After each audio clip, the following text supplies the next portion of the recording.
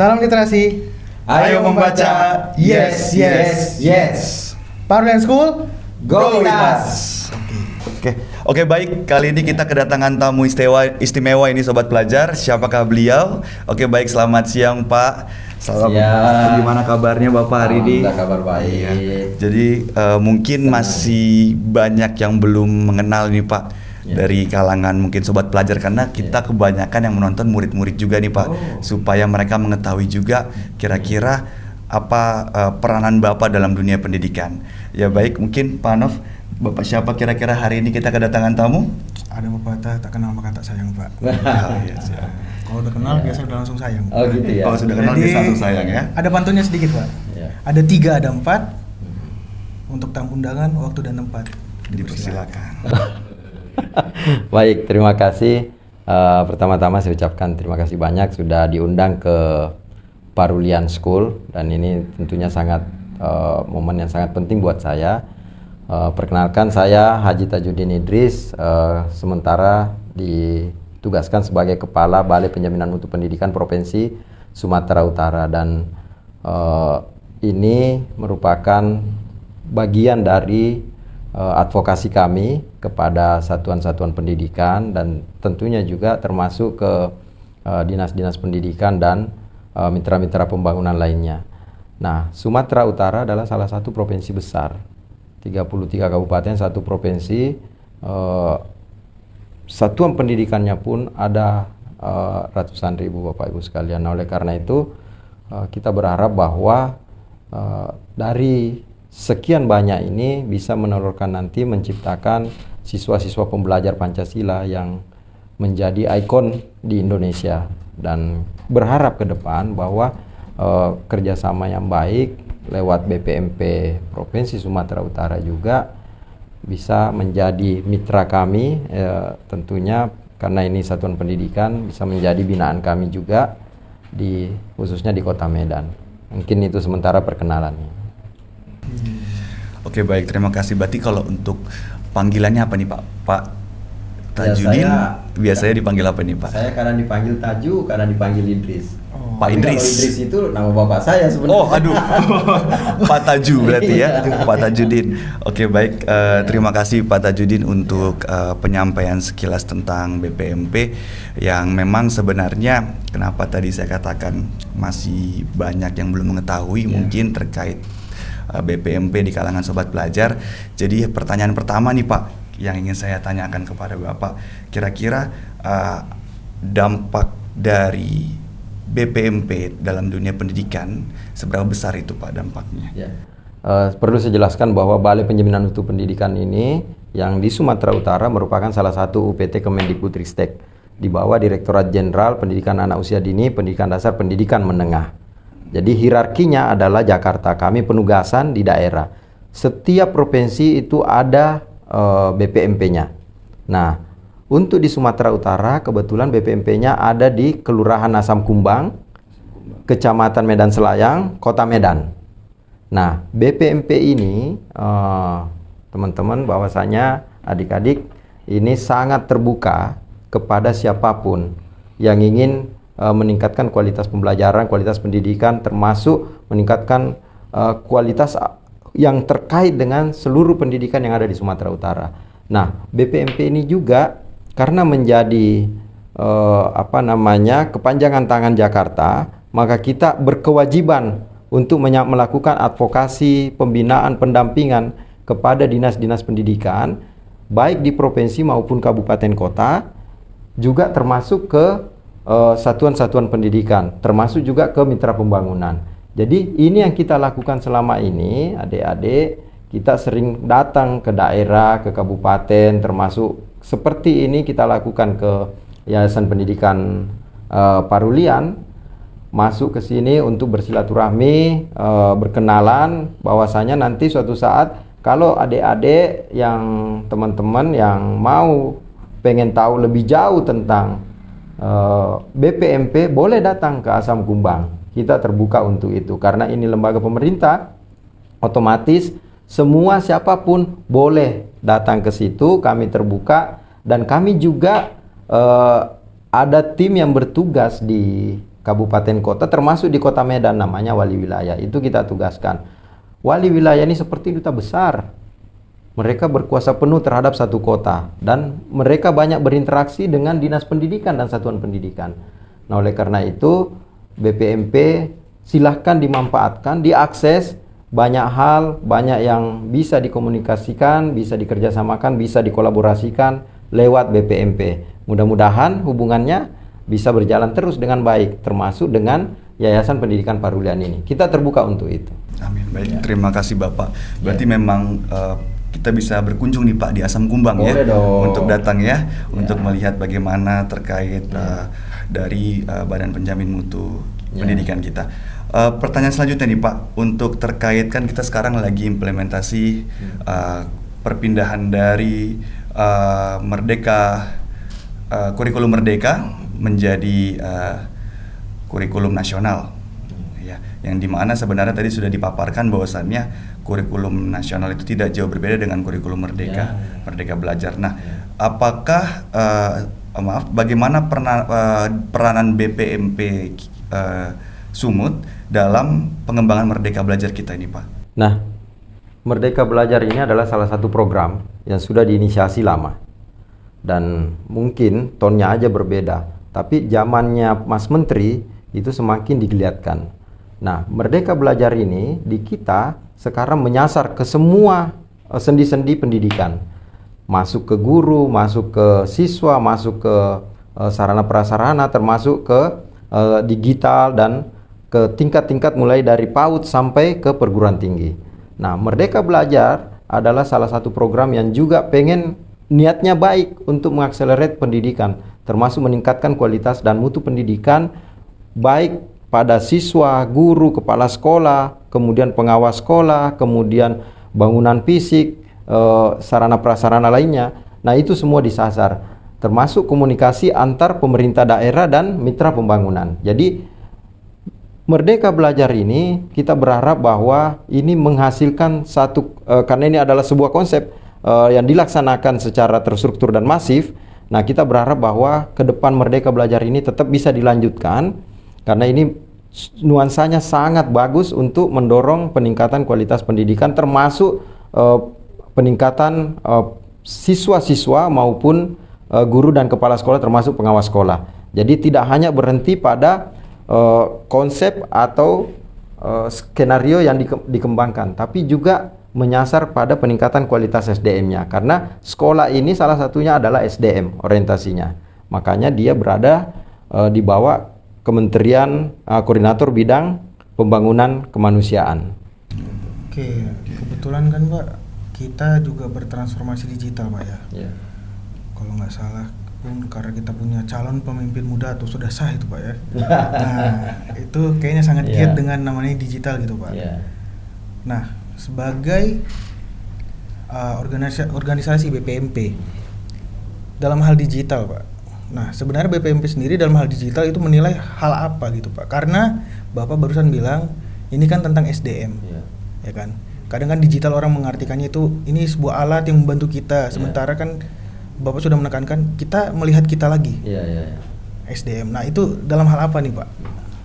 Nah, terus terang, dunia sekarang kan sudah bertransformasi, tidak bisa steady state seperti dulu. Sekarang kita memasuki era 4.0.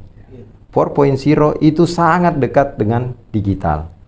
Semuanya sudah masuk ke dunia digital. Satu genggaman bisa menguasai dunia. Hanya misalnya satu HP seperti ini, kita bisa cari banyak hal di dalam sini. Nah, transformasi digital itu memang awalnya di launching di yang 4.0 di launching di Jerman. Tapi sekarang sudah mulai sekitar 2011 kalau nggak salah. Sekarang sudah mulai masif dikembangkan di seluruh dunia. Adik-adik semua tentunya berharap bahwa sekarang karena ini sudah transformasi digital, mau tidak mau kita juga harus mengadaptasi. Tidak bisa seperti dulu lagi, hanya steady state pada situasi yang lama begitu. Nah, kita harus mengadaptasi. Apa bentuk adaptasinya? Contohnya pembelajaran jarak jauh. COVID-19 ketika terjadi dan termasuk menghantam Indonesia, terpaksa pendidikan tidak bisa berhenti kan? Karena tidak bisa berhenti, tetap harus dilaksanakan, mau tidak mau dilaksanakan dengan virtual. Karena virtual, head to headnya lewat perangkat, gitu. Nah, perangkat inilah yang termasuk salah satu produk transformasi digital. Nah, oleh karena itu Bapak Ibu, ke depan ini tentunya makin akan masif dan makin polanya akan cenderung bahwa suatu saat nanti ke depan ini, dan sekarang sudah mulai dirasakan, kemungkinan besar kita akan belajar itu tidak lagi ketemu wajah, tapi ketemu perangkat. Itu. Nah, transformasi digital adalah proses pembelajaran dalam dunia pendidikan, adalah proses pembelajaran yang menggunakan tentu perangkat-perangkat digital. Salah satunya lewat misalnya laptop, komputer, atau juga gadget seperti ini. Nah, ini fungsinya atau manfaatnya tentunya banyak. Kita bisa laksanakan di mana saja. Kita bisa lakukan sangat simple. Tidak perlu stay at home. Tidak perlu stay in the room misalnya. Tidak perlu makan ruang tempat banyak. Hanya duduk sendiri, kita punya jaringan internet apa semua, kita udah bisa lakukan. Pun bisa kita berdiskusi dalam satu misalnya ruangan tanpa dengan ruangan lain atau dengan negara lain atau dengan lembaga lain, itu cepat sekali, tidak ada lagi barrier. Yang penting jaringannya lancar, itu internetnya lancar. Nah, ini karena ini transformasi digital, mau tidak mau manfaatnya banyak, ya kita harus adaptasi. Dan ke depan adik-adik semua, bahwa pembelajaran makin ke sini itu makin membutuhkan tidak lagi berbatas jarak. Kita sekarang daftar saja online kan, PPDB? Betul. Udah sebagian besar online. Nah, apalagi di perguruan tinggi. Sekarang sudah mulai online semua, daftar, tes online, apa semua. Pembelajaran pun sudah mulai online. Jangan-jangan nanti sekarang udah mulai juga ada wisuda virtual. Itu, seperti kemarin COVID. Jadi, banyak hal yang bisa dilakukan dengan transformasi digital ini. Dan itu tidak bisa kita hindari. Karena memang tuntutan zamannya demikian. Itu. Oke, kan Pak, kalau memang sudah arahnya bertransformasi digital, kebetulan juga kan di Parlian ini memang selalu pengen bisa gitu Pak, karena langsung praktik. Bagus. Gitu kan. Nah, ada dilema sendiri nggak sih Pak? Karena kan kalau kita berhubungan secara langsung online dan digital itu kan ada kecenderungan mengubah kebiasaan Pak. Contoh kayak mendaftar online, kadang kan ada namanya, makanya selalu ada kesalahan manusia, human error. Nah, sebagai BPMP sendiri Pak, nah kan dinamis tuh Pak. Apakah penilaian mutu pun akan selalu diperbaiki atau bagaimana Pak? Atau Bapak punya pandangan sendiri? Iya, jadi gini, yang namanya perubahan, jadi yang tidak bisa ditahan itu hanyalah perubahan. Yang lain mungkin bisa kita tahan atau apa, tapi perubahan pasti selalu terjadi. Orang yang tidak mau berubah atau situasi yang tidak mau diadaptasi itu akan ketinggalan. Nah, supaya kita tetap bisa mengikuti perkembangan, kita harus mengikuti juga zamannya. Nah, sekarang sudah zaman digital. Nah, BPMP tentu melihat ini sebagai satu tantangan. Nah, bagaimana bertransformasi baik diri, saya misalnya Tajudin, kepala balai, saya harus bertransformasi juga.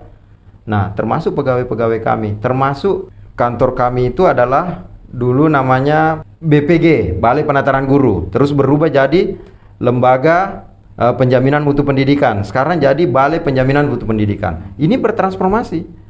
Dan itu berbeda substansi core bisnisnya. Itu. Nah, termasuk sekarang kita juga harus bertransformasi. Kalau tidak bertransformasi, kita akan ketinggalan. Itu. Jadi hanya orang yang bisa atau sistem yang bisa atau situasi yang bisa mengadaptasi transformasi itu yang bisa survive. Kalau mau survive, ya sudah harus beradaptasi. Termasuk dalam hal digital.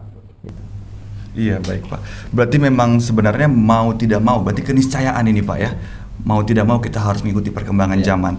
Nah, jadi saya sempat sharing Pak dengan beberapa guru yang memang banyak sekali sisi positif yang didapatkan dari transformasi digital di dunia pendidikan ini. Tapi ada beberapa guru juga mengeluh. Mereka mengatakan bahwasannya, Pak, ini memang harus menggunakan sistem pembelajaran seperti ini kah? Contoh misalkan ada perubahan yang terjadi harus menggunakan teknologi. Nah, yang menjadi permasalahannya apakah dengan guru-guru yang memang usianya memang sudah berada di atas 40 tahun ke atas, apakah itu bisa mengikuti dari transformasi digital? Apalagi kalau kita katakan Pak, murid bisa lebih pintar zaman sekarang generasi Z. Kalau masalah teknologi kan, apalagi PR-nya guru, mereka harus mampu menyesuaikan bagaimana mereka mengajar murid-murid, apalagi yang sekarang generasi Z Pak. Udah paham betul tentang teknologi kalau kita katakan seperti itu Pak. Iya. Jadi gini, guru yang hebat adalah guru yang mau mengadaptasi juga, selalu meningkatkan kapasitas kompetensinya. Tidak hanya sebatas memahami apa yang dia paham, padahal di luar sana itu perkembangan segitu cepatnya. Nah, mungkin kita misalnya tamat S1 dari sekolah pendidikan guru atau sarjana dari pendidikan begitu. Yang kita pegang adalah pakem-pakem ilmu yang kita sudah dapatkan di perguruan tinggi misalnya. Padahal mungkin itu zamannya 5-10 tahun yang lalu. Sekarang situasinya berubah. Coba aja bandingkan. Dulu mungkin internet tidak semasif sekarang, tidak sekejam sekarang begitu. Maksudnya masalnya bukan main. Sampai anak-anak pun sekarang, anak-anak kecil, kalau dia mau ditenangkan, kasih aja gawai, tenang dia. Padahal ini, ya itu maksud saya berbahaya. Cuma maksud saya gini, apa yang saya mau sampaikan adalah kalau guru-guru ini ingin meningkatkan pembelajaran di siswa, dia juga harus meningkatkan dulu kapasitas kompetensinya. Apa bentuknya? Ya adaptasi situasinya. Banyak belajar, banyak berkomunikasi di luar, coba menghayati apa yang terjadi di luar dan mengadaptasi situasi yang terkini. Kalau situasi yang 10 tahun dipakai untuk situasi sekarang yang lewat gitu, dan kita akan telat. Nah, kemarin itu yang saya sampaikan tadi, bahwasanya semua sudah berubah kecuali pakemnya yang tidak berubah. Nah, ini yang berbahaya kalau dipegang. Jadi harusnya misalnya guru-guru pun ya harus mengadaptasi situasinya. Seperti saya, mungkin dulu kami ya, kalau belajar salah, mohon maaf nih, dipukul, ditampar, ditempeleng, dicambuk. Kalau sekarang nggak bisa, kalau pakem itu mau dipakai berbahaya sekali situasinya kan. Nah, oleh karena itu mau tidak mau kita harus seling membaca situasi itu day to day, week to week misalnya. Tidak bisa kita steady state dalam situasi itu. Kalau nggak kita ketinggalan. Dan anak-anak sekarang, yaitu seperti tadi Bapak sampaikan bahwa lebih canggih anak-anak sekarang dibanding kita-kita. Ya kenapa? Anak-anaknya mau belajar, mau tahu. Dan anak-anak junior sekarang itu memang dia mengadaptasi sesuatu itu lebih cepat. Karena dia mungkin otaknya masih fresh, segar, baru, mudah disusupi. Tapi kalau kita yang tua-tua seperti saya ini nggak mau lagi disusupi, otak beku, ya udah lambat jadinya. Tapi kalau kita tetap belajar, saya terus terang pernah berkomunikasi dan diberitahu salah seorang psikiater supaya tidak cepat pikun harus rajin membaca. Membaca itu tidak mesti membaca buku, membaca situasi, menelaah, menelisik, membaca kondisi apa semua itu penting.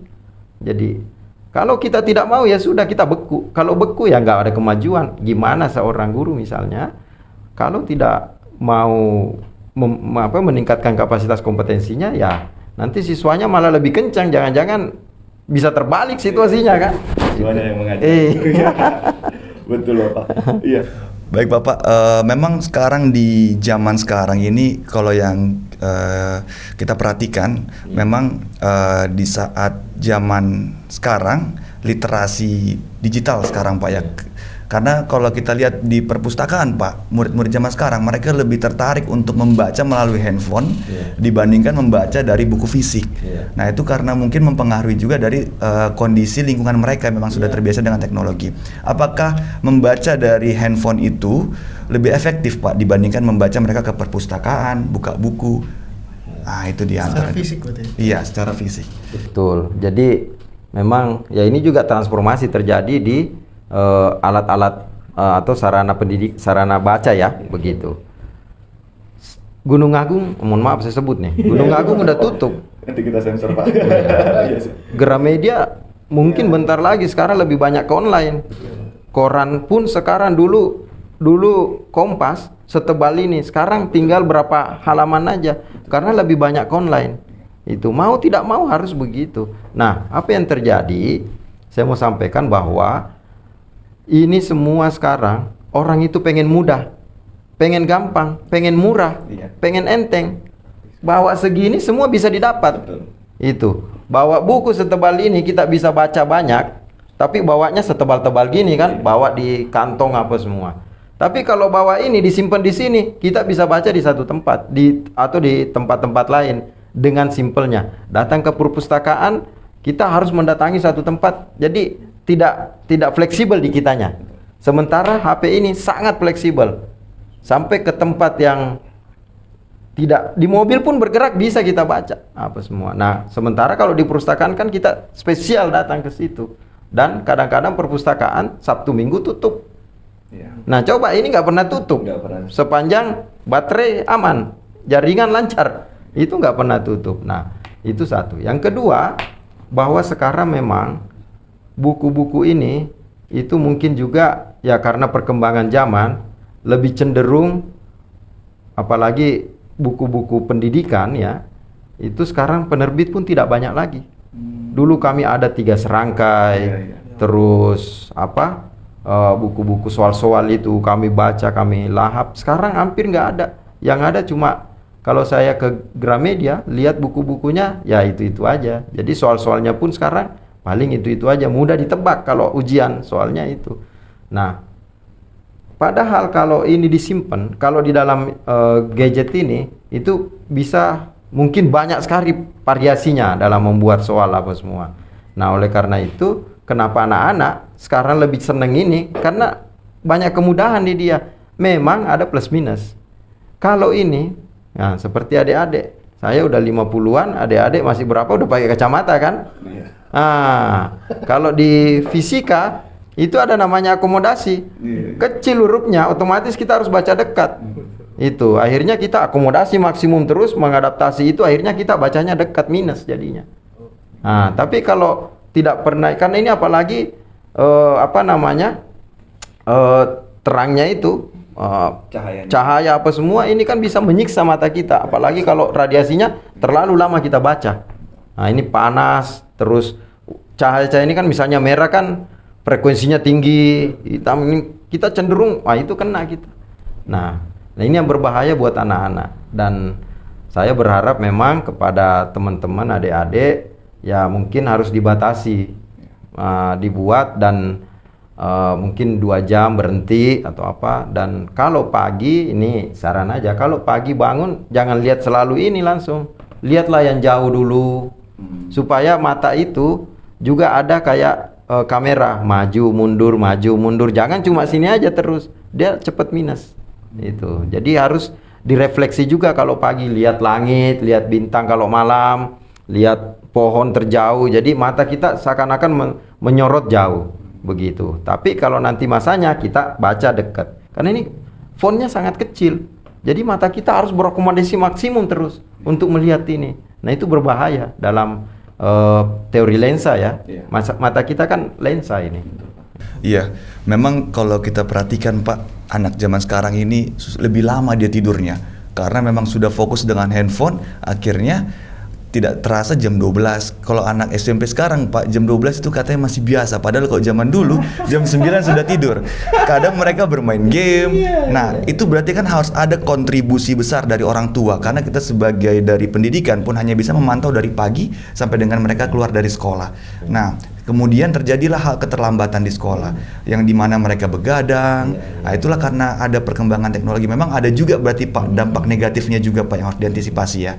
Jadi normalnya dulu kami diberitahu 8 jam istirahat, 8 jam kerja, 8 jam untuk ya aktivitas. Nah, ini anak-anak sekarang karena diserang kayak gini dan merasa nyaman, enak, orang tuanya pun enteng, nggak ada yang ganggu apa semua, dikasih aja gawe sampai jam berapa. Itu berbahaya Bapak Ibu, adik-adik. Kenapa? Kita harus istirahat minimal 8 jam. Yang kedua, waktu paling istirahat versi saya nih Pak, itu jam 8 sampai jam 4. 8 malam sampai jam 4 dini hari. Itu paling bagus istirahat. Nah, kalau udah pagi bangun siap-siap, misalnya kita belajar dikit, terus mandi, terus berangkat sekolah, rutin nanti istirahat siang, kemudian sore bermain sama teman-teman. Biasanya kami seperti itu rutinnya. Nah, kemudian habis makan malam, belajar lagi sedikit sampai jam 8 kami tidur. Itu rutinnya seperti itu. Kenapa? Tubuh adalah sebuah material. Tubuh ini material, dia punya daya aus. Kalau kita seperti mobil, dipaksa terus lari, dipaksa terus kerja, daya ausnya cepat. Itu sama dengan kita, tubuh ini material. Jadi kalau di fisika itu material, karena dia material kan. Kalau material dipaksa, mungkin durasinya harusnya 60 tahun, karena dipaksa terus ini ya sudah, pada 40-an tahun apa semua chaos begitu, karena udah disita. Jadi oleh karena itu mungkin ke adik-adik semua yang pembelajar ini disisihkan waktunya untuk istirahat. Jangan dipaksa untuk terus belajar belajar, apalagi pelajaran yang tidak bermanfaat seperti tadi main game. Main game terus mengakses gambar-gambar yang nggak jelas, video-video yang nggak jelas, kemudian apalagi mencoba untuk masuk ke dunia-dunia lain. Apa dunia lain itu? Misalnya melakukan bully, melakukan perundungan ya, masuk ke komunitas-komunitas yang nuansanya negatif, ini jangan. Kenapa? Karena masa depan adik-adik itu masih panjang, dan kita berharap bahwa adik-adik ini terus berkreativitas dengan baik untuk menjadi pembelajar-pembelajar ke depannya yang menjadi nomor 1. Jangan lantas disita waktunya, dihabiskan waktunya untuk perilaku-perilaku negatif. Itu. Berarti begitu ya sobat pelajar ya. Jadi untuk dalam bermain gadget itu ada batasan waktunya Pak ya. Tidak boleh sampai begadang ya, karena pastinya harus ada kontribusi yang besar juga dari orang tua untuk memantau bagaimana anak-anaknya menggunakan perangkat gadget itu.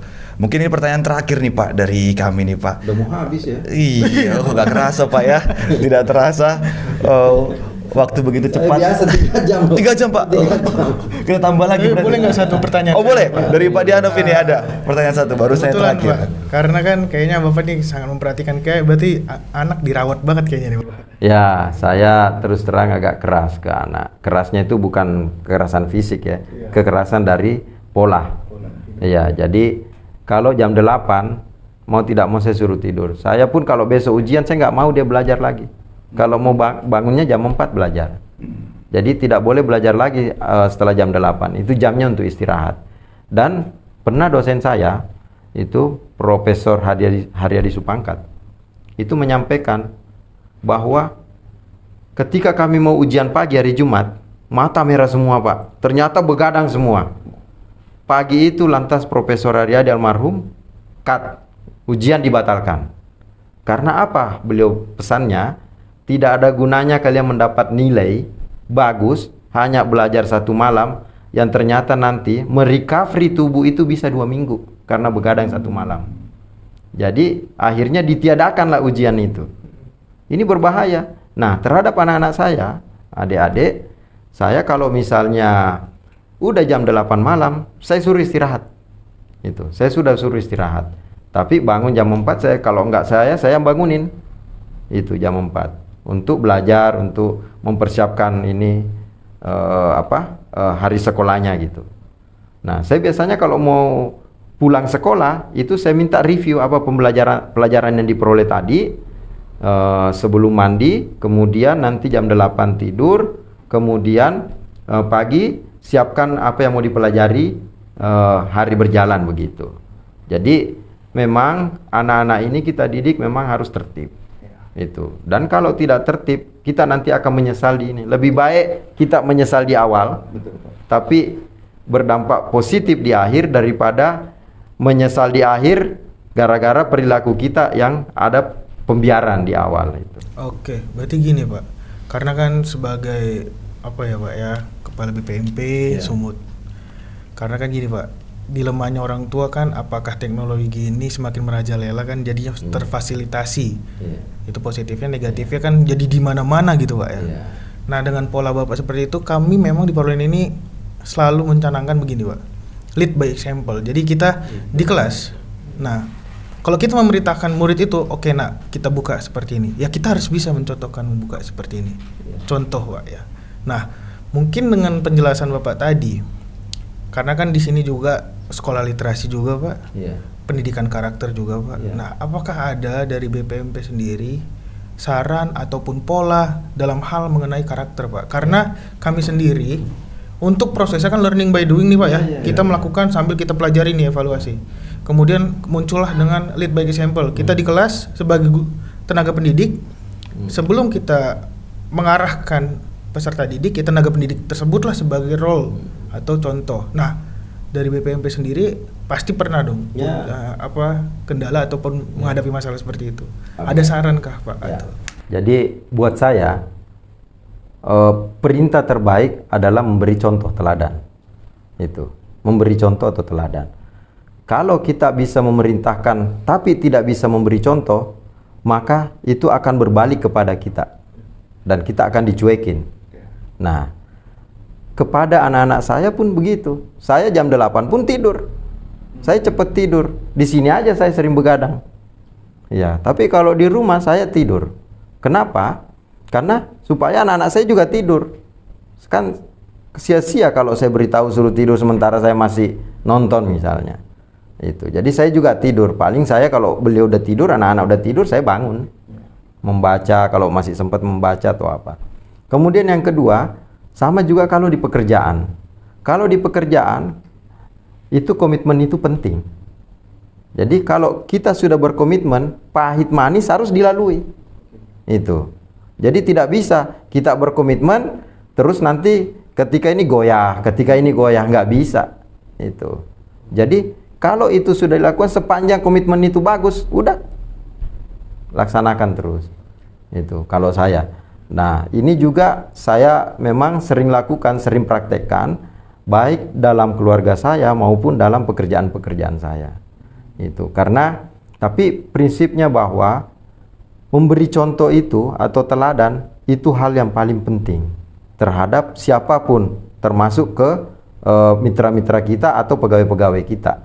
Berikan contoh yang baik. Karena kalau kita mau meminta sesuatu tapi kita tidak memberi contoh yang baik, atau mengharapkan sesuatu tapi tidak memberi contoh yang baik, itu jangan menyesal kalau misalnya tidak diikutin. Itu. Jadi kalau meminta sesuatu misalnya, kalian harus bersih, itu. Kalian harus tertib. Tapi kalau kita tidak bersih, kita tidak tertib, nanti bapak aja nggak tertib, nggak bersih, gimana dong? Nah, itu. Apalagi zaman sekarang. Ya, itu. Jadi berikan contoh, berikan teladan, baru itu ya ikut. Paling mudah itu. Jadi harus menjadi contoh ya Pak ya, baru bisa orang mengikut kita ya. Oke Pak, pertanyaan selanjutnya ini karena berhubung kita berada di sekolah Parulian nih Pak, ya kita tadi sudah ada juga dari Google Workspace for Education ya. Bagaimana mungkin Bapak lihat di sini kita juga lagi melakukan transformasi digital di bidang pendidikan di sekolah Parulian ini. Kira-kira apa pendapat Bapak ini tentang sekolah kita di Parulian ini Pak?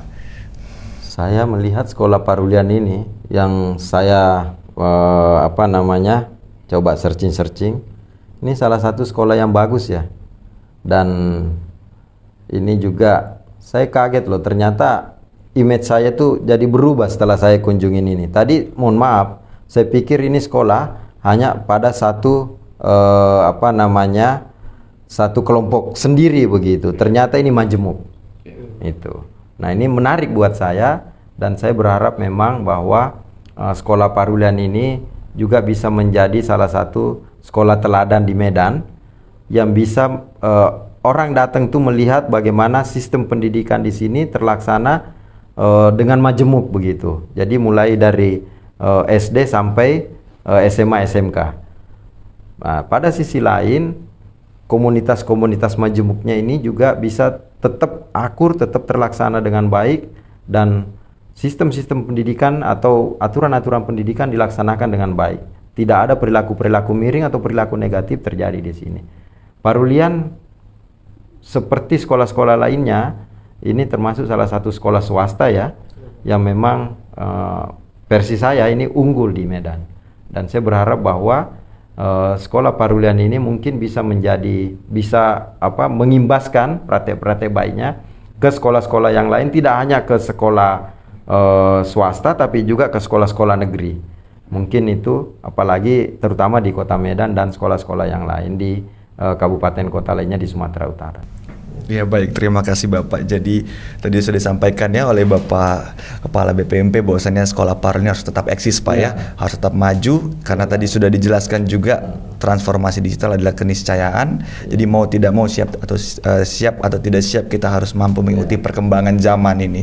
Dan kira-kira nih Pak ada saran dan masukan tidak untuk tenaga pendidik dan tenaga kependidikan kita nih Pak di sekolah Parulian supaya mereka lebih termotivasi dan lebih semangat lagi nih untuk mengajar para murid-murid kita di sekolah Parulian. Tenaga pendidik atau tenaga pengajar, guru ya. Iya betul. Itu salah satu kunci keberhasilan di satuan pendidikan. Nah, oleh karena itu, agar bisa sekolahnya eksis dan menjadi nomor satu, itu gurunya harus mengupgrade kapasitas kompetensinya. Itu. Yang kedua, juga dia harus banyak melihat keluar, tidak hanya pada daerah-daerah yang dia sukai begitu, tapi ke daerah-daerah lain atau ke situasi lain itu harus juga dikenali supaya makin kaya pengetahuannya, terutama dalam sharing terhadap siswa-siswa. Jadi kalau textbook iyalah pasti dipelajari, dikuasai begitu.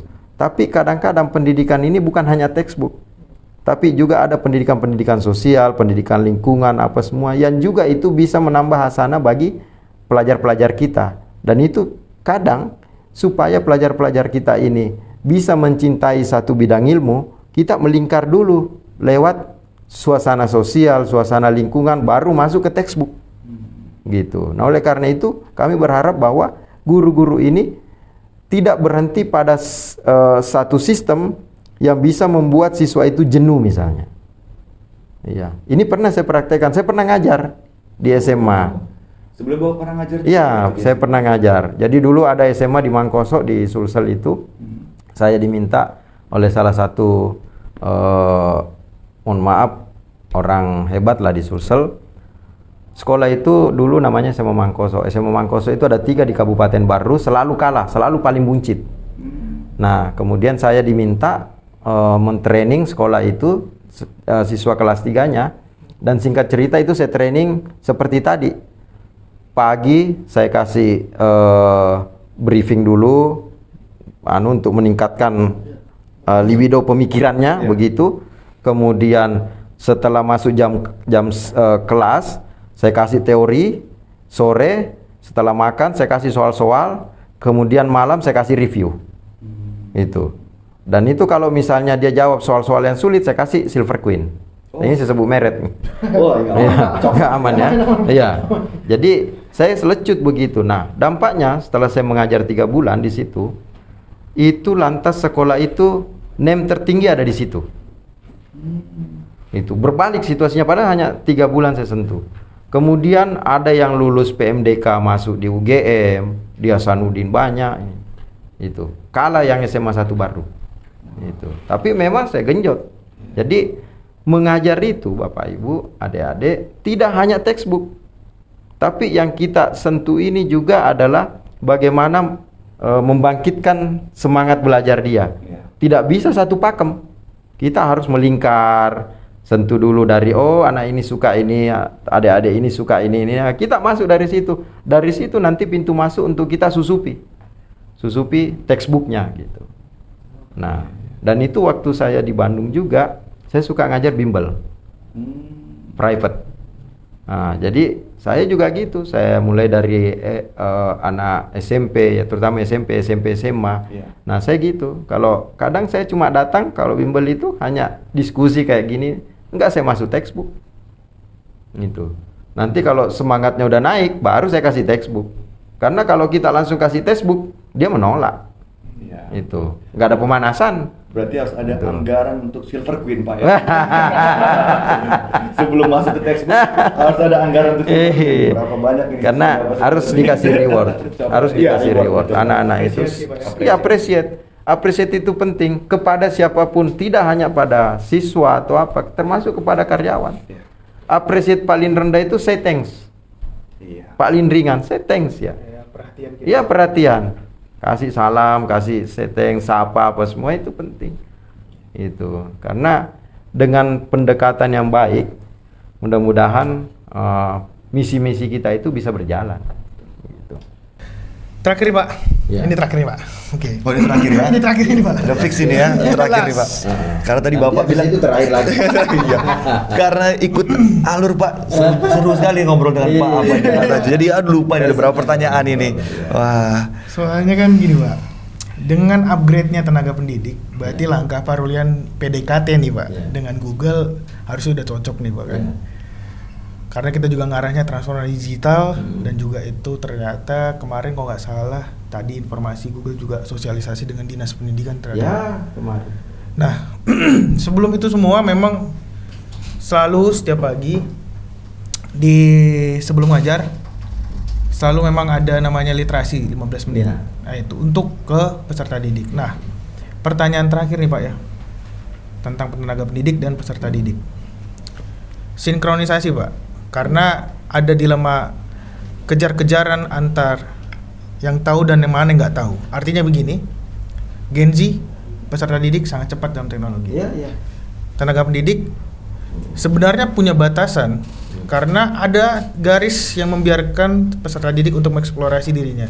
Makanya mereka lebih cepat. Nah, pesan Bapak dalam sinkronisasi hal ini supaya tenaga pendidik itu tidak perlu terlalu cemas akan cepatnya teknologi. Karena hanya itu Pak masalah. Karena kalau dikerucutkan mindset masalah Pak. Gitu Pak. Jadi pesan Bapak kepada tenaga pendidik karena ini akan disampaikan langsung kepada tenaga pendidik, nggak hanya di Parulian Pak. Ya, saya berharap ke tenaga pendidik, guru bahwa pembelajaran untuk meningkatkan pembelajaran, untuk meningkatkan derajat pendidikan di satuan pendidikan itu salah satunya melalui guru dan tenaga kependidikan. Nah, supaya derajatnya cepat meningkat, mau tidak mau gurunya ini harus mengadaptasi situasi, meningkatkan kapasitas kompetensi. Nah, guru-guru yang mau berubah, yang mau mengadaptasi dan meningkatkan kapasitas kompetensi, itulah yang kemungkinan besar akan survive pada zamannya. Oke, baik, itu mungkin pertanyaan terakhir Pak, tidak ada pertanyaan tambahan lagi. Masih ada. Karena beberapa menit yang lalu saya bilang pertanyaan terakhir ya. Jadi ini sudah selesai semua pertanyaan kita Pak. Kami mengucapkan terima kasih Bapak sudah hadir ke sekolah kita di Sekolah Parulian, dan mungkin pasti saya yakin kalau udah Pak Tajudin ini orang yang super sibuk ini, makanya kami sangat berbangga dan bersyukur sudah bisa hadir di sini di Sekolah Yayasan Pendidikan Parulian, dan semoga Bapak diberikan terus kesehatan, dan jangan lupa dengan sekolah kita Pak datang lagi supaya kita podcast sesuai Bapak minta 3 jam tadi ya. Anda puas, saya lemas. Anda puas, saya lemas. Baik, mungkin demikian ya perbincangan kita dengan Pak Tajudin. Terima kasih sekali lagi Pak atas kehadirannya, dan untuk sobat pelajar ingat tadi sudah disampaikan banyak sekali poin-poin penting apalagi untuk transformasi digital di zaman sekarang. Tadi banyak pesan-pesan yang disampaikan untuk tenaga pendidik dan tenaga kependidikan, untuk para pelajar dan juga bahkan orang tua ya, bagaimana mengontrol terkait penggunaan gadget untuk para murid. Balik lagi Pak, kita slogan lagi ya, kita akan slogan kembali untuk menutup podcast kita pada siang menjelang sore hari ini ya. Salam literasi. Ayo membaca. Yes, yes, yes. Parulian School, go with us. Baik Bapak, terima kasih. Terima kasih Pak ya. Sukses ya. Oke, ya, sukses terus Bapak. Terima Terima kasih. kasih Pak. Banyak umur terus Pak.